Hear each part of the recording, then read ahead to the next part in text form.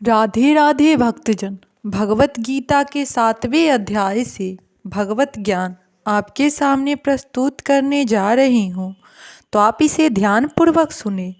अध्याय 7 से श्लोक 30 में बताया गया है, जो मुझे परमेश्वर को मेरी पूर्ण चेतना में रहकर मुझे जगत का देवताओं का तथा समस्त यज्ञ विद्याओं का नियामक जानते हैं, वे अपनी मृत्यु के समय भी मुझ भगवान को जान और समझ सकते हैं।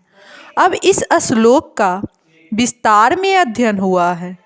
कृष्ण भावनामृत में कर्म करने वाले मनुष्य कभी भी भगवान को पूर्णतः समझने के पथ से विचलित नहीं होते।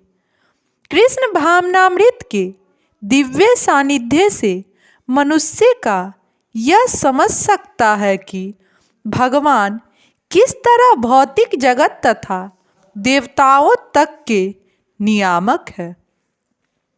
धीरे धीरे ऐसी दिव्य संगति से मनुष्य का भगवान में विश्वास बढ़ता है, अतः मृत्यु के समय ऐसा कृष्ण भावना भावित व्यक्ति कृष्ण को कभी भुला नहीं पाता। अतएव वह सहज ही भगवत धाम गोलोक वृंदावन को प्राप्त होता है। यह 7वां अध्याय विशेष रूप से बताता है कि कोई किस प्रकार से पुण्यतः कृष्ण भावना भावित हो सकता है। कृष्ण भावना का शुभारंभ ऐसे व्यक्तियों के लिए सानिध्य से होता है जो कृष्ण भावना भावित होते हैं। ऐसा सानिध्य आध्यात्मिक होते हैं और इससे मनुष्य प्रत्यक्ष भगवान के संसर्ग में आता है और भगवत कृपा से वह कृष्ण को भगवान समझ सकता है। साथ ही वह जीव के वास्तविक स्वरूप को समझ सकता है और यह समझ सकता है कि किस प्रकार जीव कृष्ण को भुलाकर भौतिक कार्यों में उलझ जाता है। सत्संगति में रहने से कृष्ण भावना के क्रमिक विकास से जीव यह समझ सकता है कि किस प्रकार कृष्ण को भुलाए से वह प्रकृति के नियमों द्वारा बंधा हुआ है।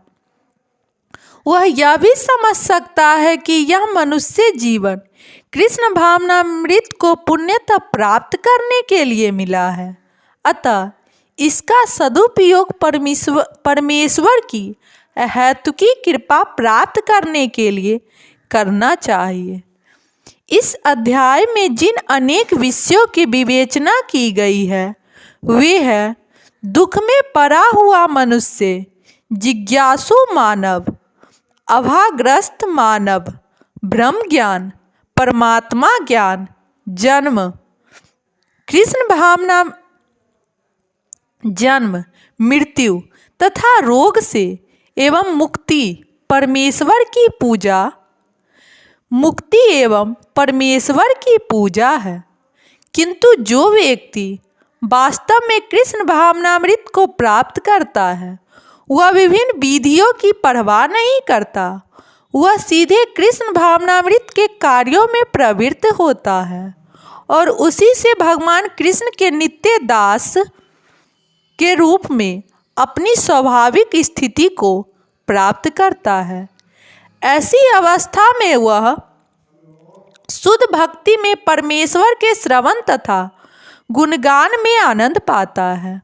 उसे पूर्ण विश्वास रहता है कि ऐसा करने से उसके सारे उद्देश्य की पूर्ति होगी। ऐसी दृढ़ श्रद्धा दृढ़ व्रत कहलाती है और यह भक्ति योग या दिव्य प्रेमा भक्ति की शुरुआत होती है। समस्त शास्त्रों का भी यही मत है।